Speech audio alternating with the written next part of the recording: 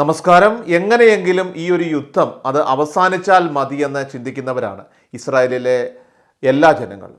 അതുകൊണ്ട് തന്നെ വെടിനിർത്തൽ കരാറിൽ ഒത്തുതീർപ്പ് ആകാത്തതിലും അതുപോലെ ബന്ദികളായവരെ മോചിപ്പിക്കാൻ ഇസ്രായേൽ ഭരണകൂടവും അതോടൊപ്പം തന്നെ ഇസ്രായേൽ പ്രധാനമന്ത്രി ബെഞ്ചമിൻ നെതന്യാഹുവും ഉണർന്ന് പ്രവർത്തിക്കാത്തതിലും ഇപ്പോൾ രോഷാകുലരാണ് ഇസ്രായേലിലെ ജനങ്ങൾ.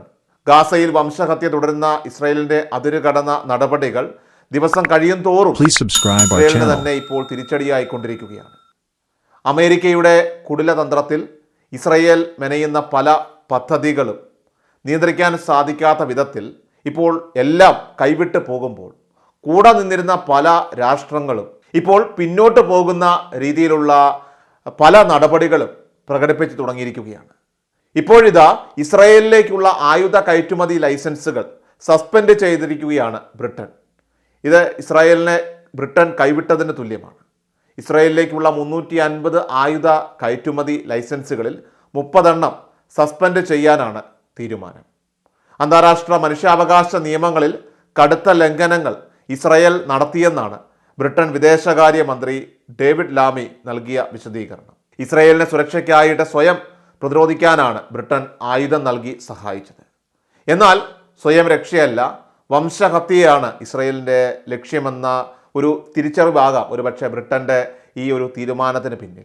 ഇസ്രായേലിൻ്റെ ഭാഗത്തു നിന്നുള്ള ഈ നീചമായിട്ടുള്ള നടപടികളും ഇസ്രായേൽ ഇപ്പോൾ അവലംബിക്കുന്ന രീതികളെക്കുറിച്ചും ബ്രിട്ടൻ ഉൾപ്പെടെയുള്ള പല രാഷ്ട്രങ്ങൾക്കും നിരവധിയായിട്ടുള്ള ആശങ്കയുണ്ടായിരുന്നു. പലരും ആശങ്ക പ്രകടിപ്പിച്ചിരുന്നു.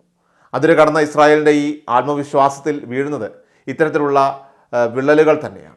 അമേരിക്കയുടെ ഇസ്രായേൽ അനുകൂല നിലപാടുകളെയൊക്കെ പിന്തുണച്ചിരുന്ന ബ്രിട്ടൻ അടുത്തിടെയായിട്ട് ഇപ്പോൾ എടുക്കുന്ന മനോഭാവം, നിലപാടുകൾ അതിനെതിരാണെന്ന് വേണം ഈ ഒരു നിരോധനത്തിലൂടെ നമ്മൾ കരുതാൻ. കാരണം നേരത്തെ ഗാസയിലെ ആക്രമണങ്ങളുടെ പേരിൽ ഇസ്രായേൽ പ്രധാനമന്ത്രി ബെഞ്ചമിൻ നെതന്യാഹുവിനെതിരെ അറസ്റ്റ് വാറന്റ് പുറപ്പെടുവിക്കാനുള്ള അന്താരാഷ്ട്ര നീതിന്യായ കോടതിയുടെ നടപടികളിൽ ഇടപെടേണ്ടെന്ന തീരുമാനം ബ്രിട്ടന്റെ പിന്മാറ്റത്തിന്റെ സൂചനകളായിട്ട് വേണം നമ്മൾ കരുതാൻ. നേരത്തെ വിദേശകാര്യ സെക്രട്ടറി ഡേവിഡ് ലാമി പലസ്തീനികളെ സഹായിക്കുന്ന UN ദുരിതാശ്വാസ ഏജൻസിയായിട്ടുള്ള UNRWAയ്ക്ക് ധനസഹായം പുനഃസ്ഥാപിക്കുമെന്ന് പ്രഖ്യാപിച്ചതും ഈ ഒരു വ്യതിചലനത്തിൻ്റെ ഭാഗമായിരുന്നു. കുറേയായി തുടർന്നു വരുന്ന ആലോചനയാണ് ഇസ്രായേലുമായുള്ള ആയുധ കച്ചവടം തുടരണമോ വേണ്ടയോ എന്നത്. എന്നാൽ ഇസ്രായേലിൻ്റെ അതിരുകടന്ന പ്രവർത്തികൾ അതിനൊരു തീരുമാനം ഇപ്പോൾ കുറിച്ചിരിക്കുകയാണ് നിലവിൽ. അതായത് സ്വന്തം രാജ്യത്ത് തന്നെ ഇപ്പോൾ അടിതെറ്റി, അതായത് സ്വന്തം രാജ്യത്ത് ജനങ്ങൾ തന്നെ ഇപ്പോൾ ഭരണകൂടത്തിനെതിരെയും പ്രധാനമന്ത്രിക്കെതിരെയും ഒക്കെ തിരിയുന്ന അവസ്ഥയാണ് ഇപ്പോൾ ഇസ്രായേലിൽ നേരിട്ടുകൊണ്ടിരിക്കുന്നത്, നെതന്യാഹു ഇപ്പോൾ നേരിട്ടുകൊണ്ടിരിക്കുന്നത്. വെടിനിർത്തൽ കരാറിൽ ഒത്തുതീർപ്പ് ആകാത്തതിലും അതുപോലെ തന്നെ ഈ ബന്ദികളെയൊക്കെ മോചിപ്പിക്കാൻ നെതന്യാഹുവും അതുപോലെ തന്നെ ഇസ്രായേൽ സർക്കാരും ഉണർന്ന് പ്രവർത്തിക്കാത്തതിലും ഇപ്പോൾ രോഷാകുലരാണ് ഇസ്രായേലിലെ ജനങ്ങളെല്ലാം തന്നെ. അതാണ് ടെൽ അവീവിലും അതുപോലെ തന്നെ ജെറുസലേമിലും മറ്റ് നഗരങ്ങളിലുമൊക്കെ ആയിട്ട് പതിനായിരക്കണക്കിന് ആളുകളാണ് പ്രതിഷേധവുമായിട്ട് പ്ലക്കാർഡുകൾ ഉയർത്തി ഭരണകൂടത്തിനെതിരെ മുദ്രാവാക്യവും ഉയർത്തിക്കൊണ്ട് തെരുവിലിറങ്ങിയത്. സമാധാന വരമ്പുകൾ പൊട്ടിച്ച് സംഘർഷാവസ്ഥയിലേക്ക് നീങ്ങുന്ന പ്രതിഷേധക്കാരുടെ മുറവിളികളും അതുപോലെ തന്നെ നെതന്യാഹുവിൻ്റെ കസേരയ്ക്ക് ഇതൊന്നും തന്നെ യാതൊരു ചലനവും സൃഷ്ടിച്ചില്ല എന്നതാണ് മറ്റൊരു വസ്തുത. രാജ്യത്തെ ഏറ്റവും വലിയ ട്രേഡ് യൂണിയനായിട്ടുള്ള ഹിസ്ട്രറ്റിൻ്റെ നേതൃത്വത്തിൽ രാജ്യവ്യാപകമായിട്ടുള്ള പൊതു പണിമുടക്ക് കഴിഞ്ഞ ദിവസം ആരംഭിച്ചതോടെ സംഘർഷാവസ്ഥയുടെ ഗൗരവം ഇപ്പോൾ വർദ്ധിച്ചിരിക്കുകയാണ്. നെതന്യാഹുവിൻ്റെ കടുംപിടുത്തത്തിൽ ഇപ്പോൾ നീട്ടിക്കൊണ്ടു പോകുന്ന ഈ ഒരു വെടിനിർത്തൽ കരാറിൻ്റെ പശ്ചാത്തലത്തിൽ ഇല്ലാതാകുന്നത് സ്വന്തം രാജ്യത്തെ പൗരന്മാരാണെന്നതും നെതന്യാഹുവിനെ സംബന്ധിച്ച് ഒന്നും ബാധിക്കുന്നില്ല എന്ന് വേണം ഇതിലൂടെ നമുക്ക് കരുതാൻ.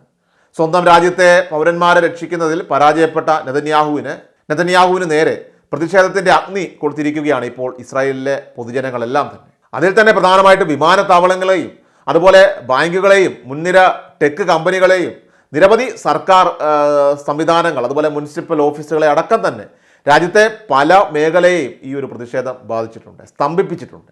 അധ്യാപകരും പണിമുടക്കിൽ സജീവമായതോടുകൂടി സ്കൂളുകളുടെ പോലും പ്രവർത്തനം അവിടെ താറുമാറായിരിക്കുകയാണ്. തൊഴിലാളികൾ പണിമുടക്കിയതോടുകൂടി അവിടുത്തെ ട്രെയിൻ ഗതാഗതം, പൊതുഗതാഗതം അടക്കം തന്നെ താളം തെറ്റി. നെതന്യാഹു സർക്കാരിനെതിരെ മുദ്രാവാക്യങ്ങൾ മുഴക്കിയ പ്രതിഷേധക്കാരെയൊക്കെ അടിച്ചമർത്താൻ ശ്രമിച്ചതോടുകൂടി അവിടെ പോലീസും അതോടൊപ്പം തന്നെ സമരക്കാരും തമ്മിൽ ഏറ്റുമുട്ടലുണ്ടായി. ഏതാണ്ട് 6 പേരെയോളം അവർ അറസ്റ്റ് ചെയ്യുന്ന സാഹചര്യമുണ്ടായി. അങ്ങനെ സ്വന്തം ജനങ്ങളെപ്പോലും അടിച്ചമർത്തി അപകർഷത മറയ്ക്കാൻ ശ്രമിക്കുന്ന നെതന്യാഹു ഭരണകൂടം രാജ്യത്തെ അരാജകത്വത്തിലേക്ക് ഇപ്പോൾ തള്ളിവിടുന്ന കാഴ്ചയാണ് ഇപ്പോൾ സാക്ഷ്യം വഹിച്ചിരുന്നത്. ബന്ദികളെ ജീവനോടെ കിട്ടണമെങ്കിൽ ഇനി യുദ്ധത്തിന്റെ പാതയിൽ പോയിട്ട് കാര്യമില്ല. മറിച്ച് ഈ ബന്ദികളെ മുഴുവൻ തിരിച്ചു കിട്ടാനുള്ള ഒരേ ഒരു പോംവഴി എന്ന് പറയുന്നത് യുദ്ധം അവസാനിപ്പിക്കുക എന്നത് തന്നെയാണ്. ഹമാസ് പറയുന്നത് ഇവിടെ കേൾക്കുകയും അതോടൊപ്പം തന്നെ ഹമാസുമായി ഒരു വെടിനിർത്തൽ ധാരണ ഉണ്ടാക്കുകയും ചെയ്യണം എന്നതാണ് ഇസ്രായേലിലെ ജനങ്ങൾ തന്നെ ഇപ്പോൾ സർക്കാരിനോട് അഭ്യർത്ഥിക്കുന്നത്. അത്തരമൊരു വെടിനിർത്തൽ ധാരണ ഉണ്ടാകണമെങ്കിൽ ഇസ്രായേൽ സൈന്യം പൂർണ്ണമായിട്ടും ഗാസയിൽ നിന്ന് പിന്മാറണം. അപ്പോൾ അങ്ങനെ ഒരു പിന്മാറ്റം സംഭവിക്കാത്തിടത്തോളം കാലം ഈ യുദ്ധം അവസാനിക്കില്ലെന്ന് മാത്രമല്ല, ഇസ്രായേലിലെ ബന്ദികളെ തിരിച്ചു കിട്ടില്ലെന്നും ഇനി ഒരു കാലത്തും ഇസ്രായേലിൽ ക്രമസമാധാനപരമായിട്ട് മനസമാധാനത്തോടു കൂടി ജീവിക്കാൻ അവിടുത്തെ ജനങ്ങൾക്ക് കഴിയില്ല എന്നും ഇസ്രായേലിലെ ജനങ്ങൾ തന്നെ ഇപ്പോൾ തിരിച്ചറിയുന്നതിനിടയിലാണ് ഈ കാര്യങ്ങളുടെ പോക്ക് ഇങ്ങനെ വന്നിരിക്കുന്നത്. ഹിസ്ബുള്ളയും അതോടൊപ്പം തന്നെ ഹമാസും ഹൂതികളും ഒക്കെ തന്നെ പറയുന്നതും ഇതുതന്നെയാണ്. അതായത് ഗാസയിലെ ആക്രമണം പൂർണ്ണമായിട്ടും ഇസ്രായേൽ സൈന്യം നിർത്താതെ ഇനി ഇസ്രായേലിനെ സംബന്ധിച്ച് രക്ഷയില്ല. ഗാസയിൽ നിന്ന് സൈന്യത്തെ പരിപൂർണമായിട്ട് പിൻവലിക്കാതെ ഒരു വെടിനിർത്തലും ഒരു മധ്യസ്ഥ ചർച്ചയ്ക്കും പ്രയോജനമില്ല, ഒന്നും നടക്കില്ല, യുദ്ധവും അവസാനിക്കാൻ പോകുന്നില്ല എന്ന് തന്നെയാണ് അവരും പറയുന്നത്. അതുകൊണ്ട് തന്നെ ഏതെങ്കിലും തരത്തിലുള്ള അനുനയ ശ്രമങ്ങളും നടക്കാൻ പോകുന്നില്ല എന്നതാണ് ഇതിലൂടെ നമുക്ക് മനസ്സിലാക്കാൻ സാധിക്കുന്നത്. അങ്ങനെ ഇസ്രായേൽ എന്ന രാജ്യത്താകമാനം ഇങ്ങനെ പടർന്നു പിടിച്ചിരിക്കുന്ന ഈ വലിയ പ്രക്ഷോഭത്തിൽ ഇപ്പോൾ മൗനമാചരിക്കുന്ന പ്രധാനമന്ത്രി നെതന്യാഹു വിശദീകരണം നൽകുന്നത് വരെ ജനരോഷം അടങ്ങാൻ യാതൊരു സാധ്യതയുമില്ല. എന്നാൽ ഇസ്രായേലി ബന്ദികൾ ഇപ്പോൾ കൊല്ലപ്പെടുന്ന ഈ ഗുരുതരമായിട്ടുള്ള ഘട്ടത്തിലും വെല്ലുവിളിയുടെ ഭാഷയിലാണ് ഇസ്രായേൽ പ്രധാനമന്ത്രി ബെഞ്ചമിൻ നെതന്യാഹു ഇപ്പോൾ മുന്നോട്ട് പോയിക്കൊണ്ടിരിക്കുന്നത്. കാരണം അദ്ദേഹം പൊടുന്നനെ കഴിഞ്ഞ ദിവസം പെട്ടെന്നൊരു പത്രസമ്മേളനം നടത്തി പറഞ്ഞത് ഈ മരണങ്ങൾക്കെല്ലാം തന്നെ ഹമാസ് വലിയ വില നൽകേണ്ടി വരുമെന്നാണ്. അതായത് കഴിഞ്ഞ ഒരു വർഷമായി ഇസ്രായേലിൻ്റെ പ്രധാനമന്ത്രി ബെഞ്ചമിൻ നെതന്യാഹു ഇതേ കാര്യം തന്നെയാണ് ആദ്യം മുതലേ പറഞ്ഞുകൊണ്ടിരിക്കുന്നത്. 10 മാസമായിട്ട് ഇതേ കാര്യങ്ങൾ തന്നെയാണ് വീണ്ടും പിന്നെയും ഇങ്ങനെ അതേ കാര്യം പറഞ്ഞുകൊണ്ടിരിക്കുന്നത്. അതായത് ഞങ്ങളെല്ലാം അവസാനിപ്പിക്കും, ഇനി ഹമാസ് ബാക്കി വെക്കില്ല, ഹമാസിനെ ഞങ്ങൾ ബാക്കി വെക്കില്ല, ബന്ദികളെ മുഴുവൻ ഞങ്ങൾ ജീവനോടെ തിരികെ കൊണ്ടുവരും, ഗാസ ഞങ്ങൾ പിടിച്ചെടുക്കും തുടങ്ങി ഇങ്ങനെ പറഞ്ഞ കാര്യങ്ങളൊക്കെ തന്നെ ഇപ്പോൾ വീണ്ടും ആവർത്തിച്ച് പറഞ്ഞുകൊണ്ടിരിക്കുകയാണ്. പക്ഷെ ഒന്നും നടക്കുന്നില്ല. നെതന്യാഹുവിൻ്റെ വാർത്താ സമ്മേളനങ്ങളെല്ലാം തന്നെ ഇപ്പോൾ വെറും തള്ളായി മാത്രം മാറുകയാണ് എന്നാണ് ഇപ്പോൾ ഇസ്രായേലിലെ ജനങ്ങൾ തന്നെ തിരിച്ചറിഞ്ഞിരിക്കുന്നത്.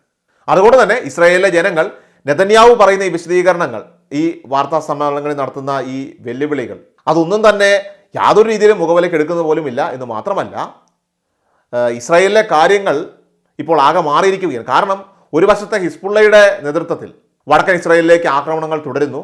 അതോടൊപ്പം തന്നെ ഹൂതികളാകട്ടെ ചെങ്കടലിൽ സംഹാര താണ്ഡവം ആടിക്കൊണ്ടിരിക്കുകയാണ്, കപ്പലുകൾ കത്തിക്കുന്നു. ഇറാൻ ആണെങ്കിൽ ഏത് നിമിഷവും ആക്രമിക്കുമെന്ന ഒരു സൂചന നൽകിക്കൊണ്ട് തൊട്ട് അതിർത്തിയിൽ കാത്തു നിൽക്കുന്നു.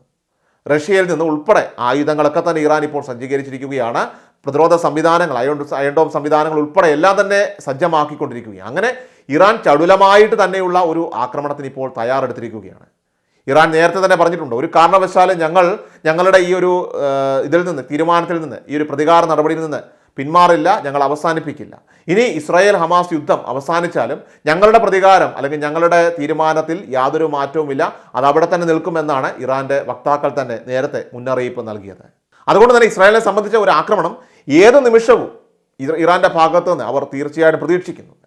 അമേരിക്കയും ഈ ഒരു ആക്രമണം പ്രതീക്ഷിക്കുന്നുണ്ട്. അമേരിക്കയുടെ കുടിലതന്ത്രങ്ങൾ, ഇസ്രായേൽ മെനയുന്ന പല പദ്ധതികളും അനിയന്ത്രിതമാക്കുമ്പോൾ കൂടെ നിന്നിരുന്ന പല രാഷ്ട്രങ്ങളും പിന്തിരിയൽ നടപടികൾ ഇപ്പോൾ പ്രകടിപ്പിച്ചു തുടങ്ങിയിരിക്കുകയാണ്. അതിനുള്ള ആദ്യ സൂചനയാണ് ഇപ്പോൾ ഇസ്രായേലിലേക്കുള്ള ആയുധ കയറ്റുമതി ലൈസൻസുകൾ ബ്രിട്ടൻ സസ്പെൻഡ് ചെയ്തിരിക്കുകയാണ്. അങ്ങനെ ഇസ്രായേലിനെ ബ്രിട്ടൻ ഇപ്പോൾ കൈവിട്ടിരിക്കുകയാണ്.